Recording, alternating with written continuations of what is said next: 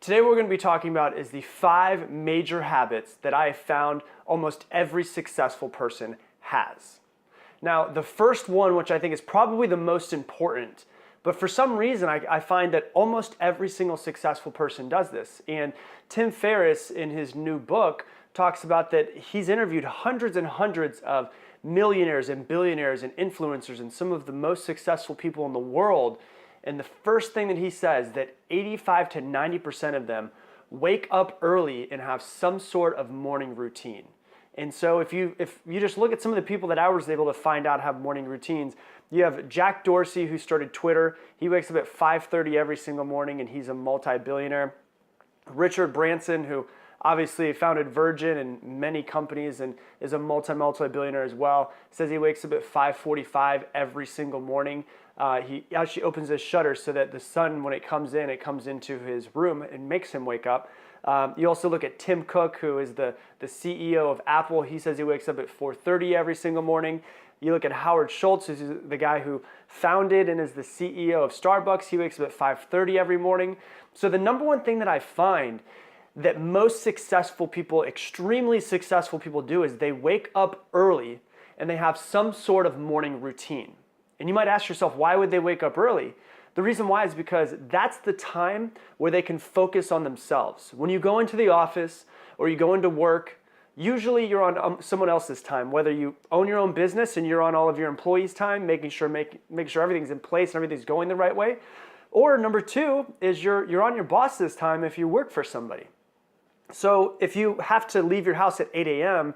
and you wake up at 7:30, you jump in the shower and all of those things, you leave at 8, you're immediately waking up to go into somebody else's time. That's what you're doing. You're focusing on somebody else as soon as you wake up in the morning. These people like to focus on themselves, so they wake up a couple hours early.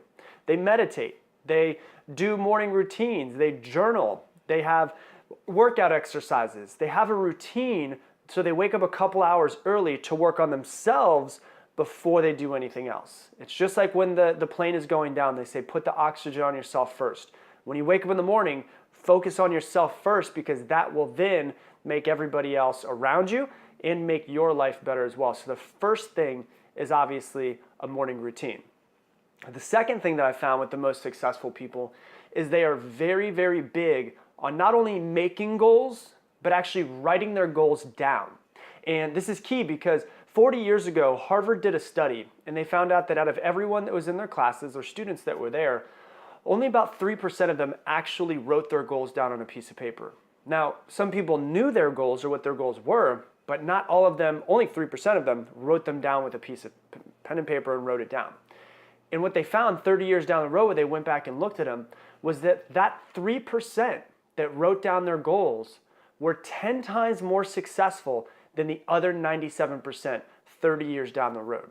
So if you could take a page out of their book, for some reason, writing down your goals makes it seem real in your brain. It makes you clarify exactly what you want. It makes you put a date and a deadline on exactly what you want. Sometimes it makes you look at it and say, well, now that this is on a piece of paper, I need to actually make a plan of how to hit these goals versus them just floating around in your brain. So if you have goals or New Year's resolutions that you're working on, don't just let them float around in your brain. Put them on a piece of paper. Put a deadline to it. Put a goal down on the piece of paper and figure out when you're going to do it, the plan of what you have to do to get there, how you're going to get there. All of those things are important. So the most successful people write it down on a piece of paper, because when it's in your brain, it's just kind of floating around in your brain. But when it's on a piece of paper, it is physical and it is now something that is real and exists in the world. So the second thing they do is they write down all of their goals.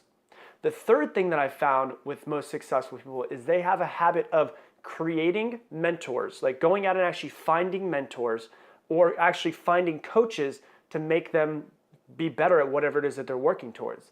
And there was a study that I found that said that the average millionaire over the course of their lifetime has had 7 very serious mentors or coaches.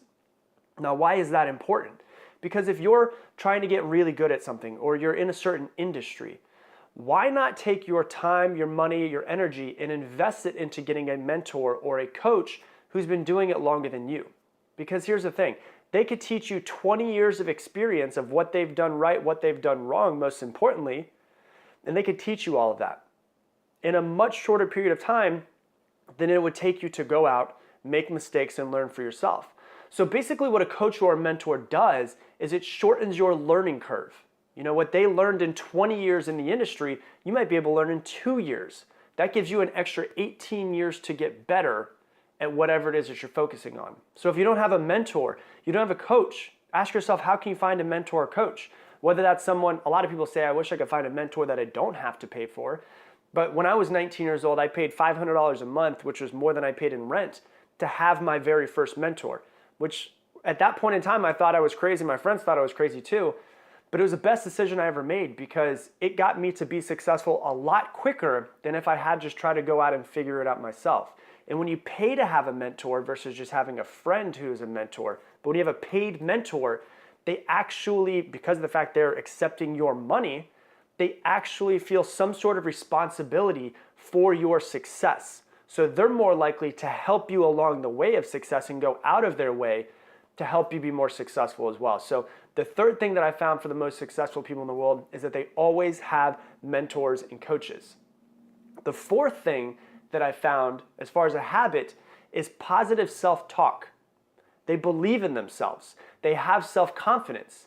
And I want to tell you this, nobody's born with self-confidence. Confidence is something that you pick up along the way to success. But what they seem to realize is that they believe in themselves, and when they believe in themselves, they're much more likely to get there. And the way that I like to think about it is this. My favorite analogy dealing with the way that we think in our minds has to do with a garden. So the analogy is, think of your mind as a garden, and you are the only person that can tend to this garden. Nobody else can.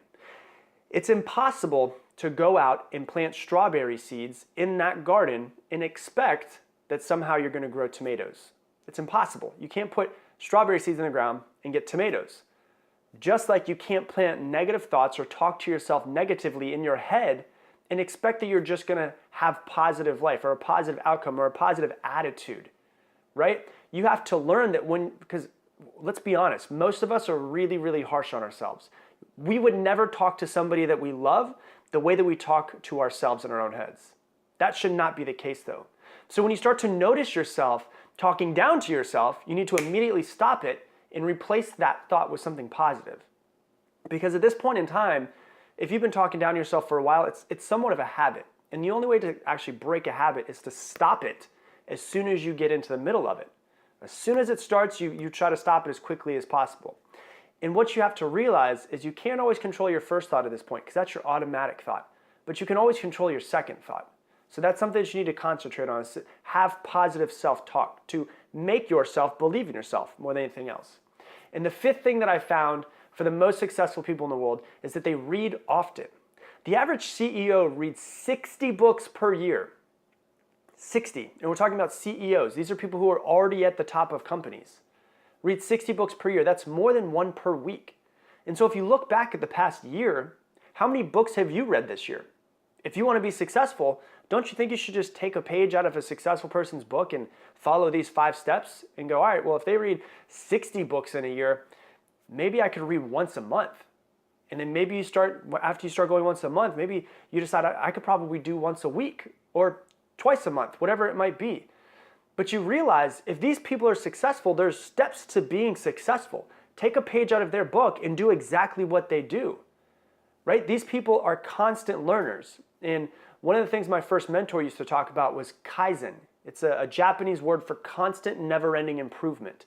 We should all be on this journey of Kaizen, of constantly never-ending improvement, trying to improve every single day. And the people that are already at the peak of peaks, these CEOs, are still constantly trying to improve themselves and make themselves better. So don't you think that we should if we're not where we want to be at this point? So once again, those are the 5 things. Number 1 is they wake up early. Number 2 is that they write down their goals and they make them physical. Number 3 is that they have mentors and coaches. Number 4, positive self-talk. They believe in themselves. They have confidence. They figure out what's going on in their brain and they make sure they wire it the way that they want to with positivity. And the 5th thing is that they read very often. So if you like this episode, please do me a favor. Please give it a thumbs up, give it a like. If you have any comments, please type them down below. And I have new episodes that come out every Monday, Wednesday, and Friday. So if you want to see more, go ahead and click the subscribe button as well. But I appreciate you, and I'll talk to you soon.